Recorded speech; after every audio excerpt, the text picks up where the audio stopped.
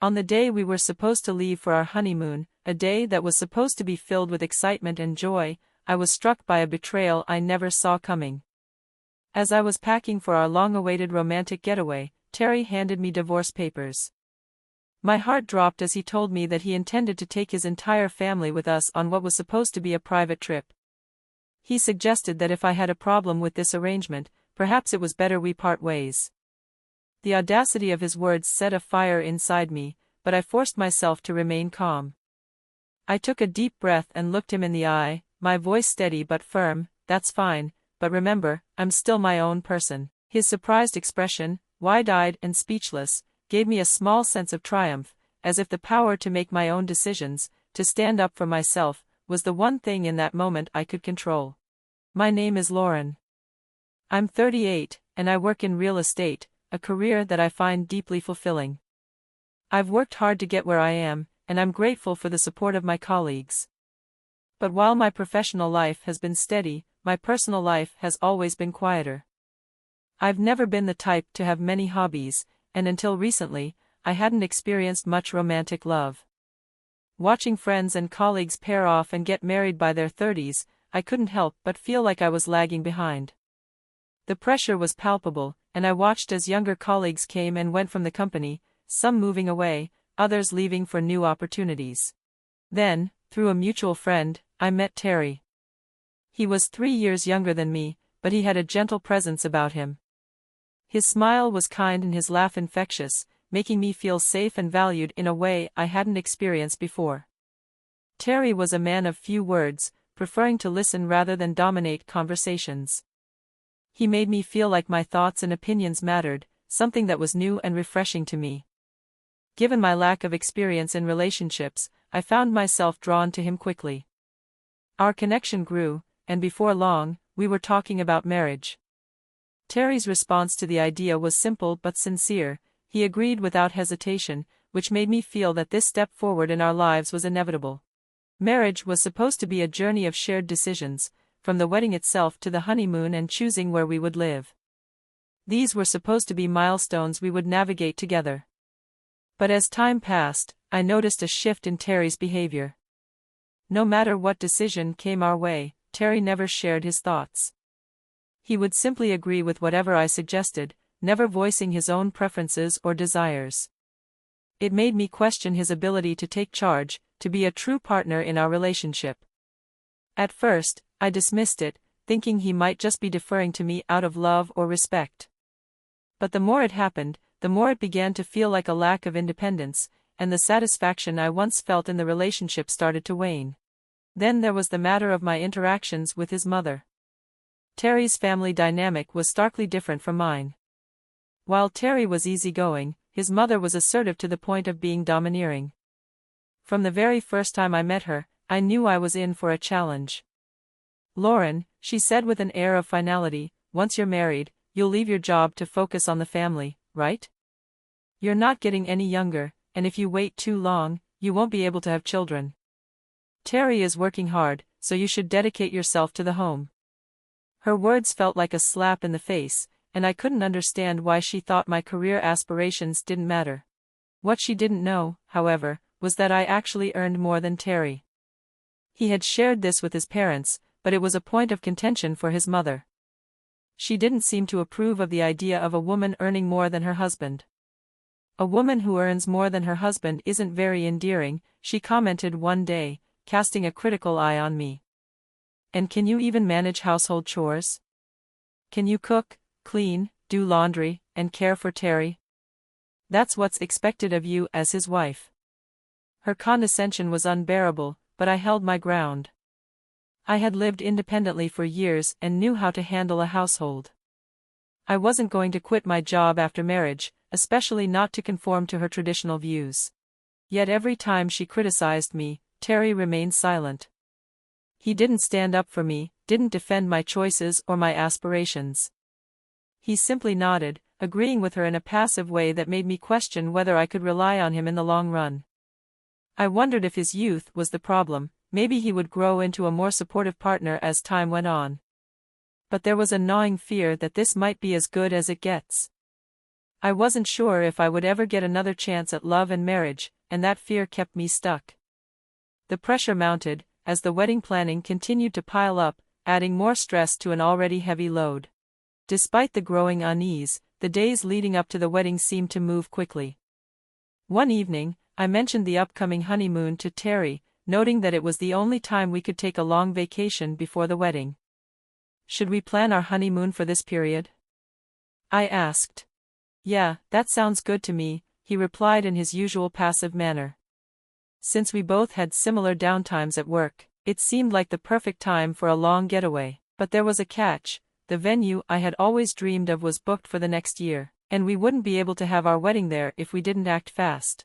"What do you think about having the honeymoon before the wedding?" I asked, offering an alternative. I had read that some couples did it that way, and if we waited until after the wedding, it could be years before we could take the trip. "If you're okay with it, Lauren, then I'm fine with it too," Terry said, agreeing once again with whatever I suggested. It was a relief that he didn't object, but his easy agreement made me wish he would offer more of his own thoughts. Still, I moved forward with the plans, eager to finalize our honeymoon destination. After some back and forth, I decided we should go to Europe, specifically Italy. I had always dreamed of walking through the cobbled streets of Venice, indulging in the local food, and shopping for unique souvenirs. I was eager to make memories, to experience something new, and perhaps start our life together in a way that would bring us closer. After finalizing everything, I was bubbling with excitement, as it would be my first time traveling overseas. But a week before our departure, Terry dropped a bombshell. His request left me stunned and confused. "I want to go to Bing Taylor when we're in Venice. Mom really wants to see it," he said casually. I was floored. "Your mother? What do you mean?" "Well, since everyone else is going, we'll all be together on the trip, right?" "Everyone?" I repeated, struggling to grasp what he was saying. "It's our honeymoon. It's supposed to be just the two of us." But Terry wasn't fazed. "My mom thinks it's normal for the whole family to come along." I stared at him in disbelief. "Terry, I made reservations for just the two of us, and the deadline to confirm was yesterday. We can't just add more people now. If you think we can work something out, maybe you should talk to the travel agency." Before I could even fully process his words, the doorbell rang, the intercom buzzed, and I saw my in-laws, bags in tow, walking into our home uninvited. My mother-in-law was practically glowing with excitement as she announced, "I thought I'd leave the luggage here since we're leaving soon." Terry, without even consulting me, told her, "Just leave the luggage here." He ushered them in like it was the most natural thing in the world. I was flustered, unable to believe what was happening. "Wait a minute," I cried, trying to intercept them, trying to take control of the situation before it spiraled further out of hand. But my mother-in-law just gave me a sharp, dismissive look. "What's the matter, Lauren?" she asked, a challenge in her voice. "I hope you're not saying you don't want us to go together." "I never agreed to this," I shouted back, but she ignored me. Instead, she turned to Terry, her tone coaxing, as if she expected him to confirm her assumptions. "You heard her," she said. "She just said no, but you always thought we'd go together, didn't you?" Terry, caught between us, simply nodded. "Yeah," he said. My heart sank. It was as if my voice didn't matter. My mother-in-law pressed on, her tone filled with entitlement. "It's normal for the husband's parents to come along on the honeymoon. Don't you have common sense, Lauren?" she said, overriding my objections with a wave of her hand.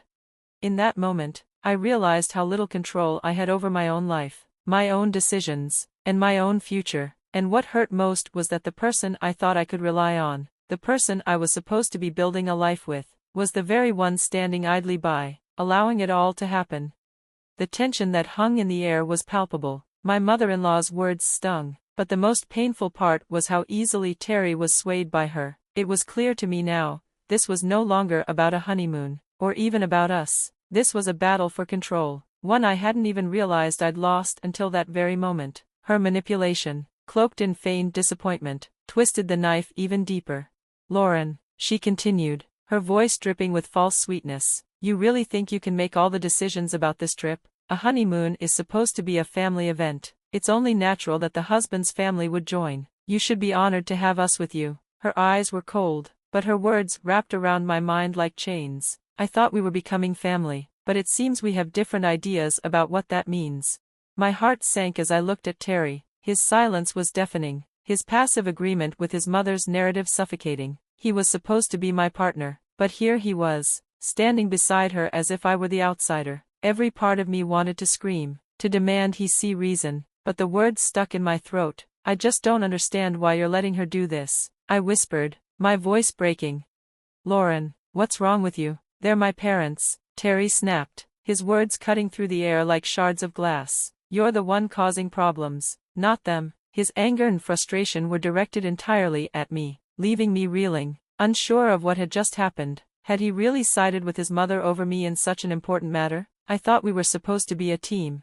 This isn't about them, I replied, my voice shaking with the weight of the situation. This is about our honeymoon, our time together. I'm not asking for much, just the privacy and intimacy that should come with it. My voice grew steadier, even as the tension between us built to an unbearable level. Well, if you don't like it, maybe this marriage isn't going to work, Terry retorted, his words cold, final. You're overreacting. I've already told you, my family's coming. If you can't accept that, then maybe we're better off apart.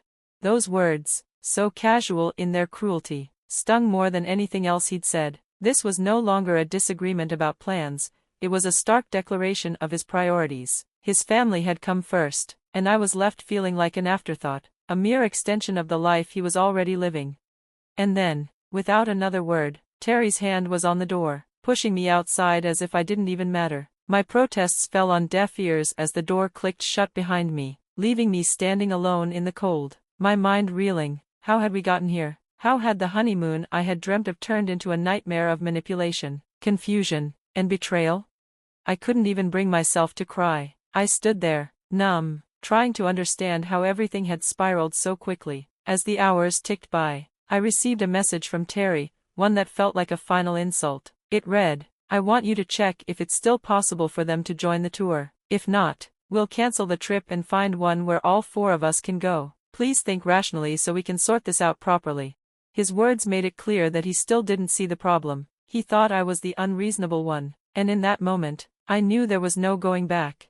The next day arrived, the day we were supposed to leave for our honeymoon, but the excitement I had once felt was long gone. Instead, I stood in front of the mirror, staring at my reflection, wondering how I had let it get this far. When the intercom buzzed, it was Terry, standing outside, ready to take me on the trip that now felt like a distant memory. He wasn't carrying any luggage, and that struck me as odd. But then, with a flicker of hope that perhaps we could still salvage something, he handed me an envelope. My heart sank as I looked at it. Divorce papers. After hurting my parents, you still planned to go on this trip, didn't you? Terry's voice was sharp, accusing. I'm taking my whole family on this honeymoon. His words were a dagger to my heart. It wasn't just the fact that he was willing to take his family with us, it was the utter lack of consideration for me, for my feelings, and for everything I had put into planning this trip. I had been nothing more than an afterthought in his mind, and his mother's grip on him was so tight that it seemed impossible to break free. If you don't like it, let's just get a divorce. My mom said it would be better that way, he added, almost casually, as though it were nothing more than a suggestion. It was in that moment that everything became crystal clear. I had been living in a fantasy, believing that this relationship had potential, that Terry was a man who would eventually listen, who would eventually change. But this was the real Terry, someone who had never truly considered my perspective, who was more interested in appeasing his mother than in respecting me as his wife-to-be. The realization hit me like a ton of bricks, and yet, in that painful moment, I felt something stir within me, a sense of clarity, of power. I wasn't going to let this man define me, and I wasn't going to sacrifice my own happiness for a relationship that clearly wasn't worth fighting for. I looked at the divorce papers in my hand and responded calmly, sure, but remember, I'm still single. Terry's face contorted with confusion, and then anger. Single? What do you mean? He asked, his voice rising. We talked about getting married before the honeymoon. You agreed to it, didn't you? I met his gaze, unwavering. No, Terry, we're not even married yet. We agreed to delay the official registration until the wedding day. This is still my maiden name, and that's how I'm going to keep it. His face went white with disbelief, and I saw the familiar frustration bubbling to the surface. Are you out of your mind? You're willing to give up everything just because of a honeymoon? He yelled, his face reddening. No, I said, my voice steady. I'm being rational. For the first time, I'm seeing the reality of our situation. I've been so caught up in wanting to get married that I never saw how much I was compromising myself for you. I can't do it anymore. I won't be with someone who refuses to support me, who won't stand up for me. I'm done. Lauren, let's calm down and start over, Terry pleaded, his voice cracking, the tears welling up in his eyes. But I wasn't moved. This was the moment I had been waiting for, the moment I realized that I deserved more than this. I shook my head, my voice growing stronger. If you're so desperate for a family trip, go with them. You can plan everything yourself this time. You can handle all the bookings, the itinerary, everything. See how you like it. And with that, I took the marriage certificate from the drawer, ripped it in half, and watched as the pieces fluttered to the ground. Do you understand now? I asked, my voice resolute. I won't settle for a life that makes me feel small. It's over. Without a second glance, I slammed the door behind me, leaving Terry standing there in stunned silence. It was the first time I had ever truly stood up for myself, and it felt liberating. The next step was clear. I contacted the tour company and canceled the trip. Of course, we were charged the full amount, but I wasn't going to let Terry's actions go unnoticed. I sent the bill to him. It felt right. As time passed, Terry tried to paint me as the villain. He spread rumors among our friends, twisted the narrative, and tried to gain sympathy, but no one was buying it. His true nature had been revealed, and people saw him for what he was, a mama's boy, incapable of making his own decisions. When I shared the details of the divorce with my parents, they were initially shocked, but quickly came around. Marriage isn't the only way to find happiness, Lauren, my mother told me. You don't need to compromise yourself for anyone. As long as you're happy, that's what matters. And for the first time in a long while, I felt a sense of peace. I wasn't defined by a failed marriage or a broken honeymoon. I was free, and that freedom was worth more than any trip or relationship.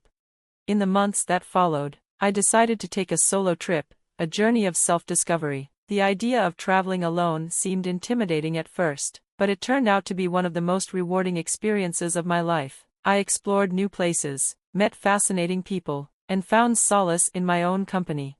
That solo trip was just the beginning. I embraced a life of travel, of discovery, of living for myself. No longer would I let anyone's expectations dictate my happiness. I had learned the hard way that sometimes, letting go is the only way to truly find yourself, and that, I realized, was exactly what I had been searching for all along.